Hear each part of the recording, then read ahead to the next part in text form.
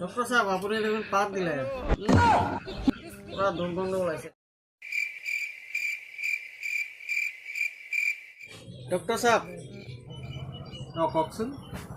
মানে ডক্টৰ সাহেব মোৰ গোটেই শৰীৰটো বডি চেকআপ কৰিব লাগিছিল হোল বডি বহকচোন। চাওকচোন ইয়াত সময় কিমান হৈছে? গড়ি পিন্ধা নাই তাৰমানে তোমাৰ চকু ঠিকেই আছে। ডক্টৰ সাহেব আপনি দেখুন পাত দিলেন পুৰা দুৰ্গন্ধ ওলাইছে মানে কি তোমাৰ কাণ আৰু নাক দুয়োটাই ঠিক আছে। আচলতে অলপ দূৰকৈ দিছোঁ, কিন্তু ইমান গোন্ধটো নাই। তো খোজপাতৰ গোন্ধহে হয়, কিন্তু গম পাতৰ কোনো গন্ধ নাই। তোমাৰ ইয়াত কিবা এটা লাগি আছে নেকি চোৱাচোন। ক'ত কিবা লাগি আছে তোমাৰ হাতটোও ঠিক আছে, তেনেকৈ উঠাব পাৰি আছে। ঘৰৰ পৰা তুমি ইয়ালৈকে কেনেকৈ আহিলা?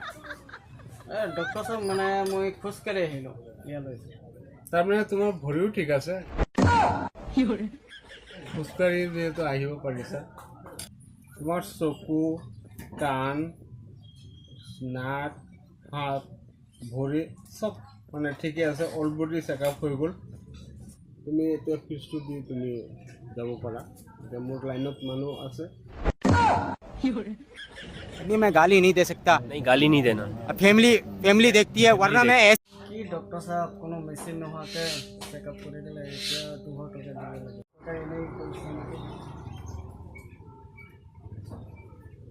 তুমি যোৱা।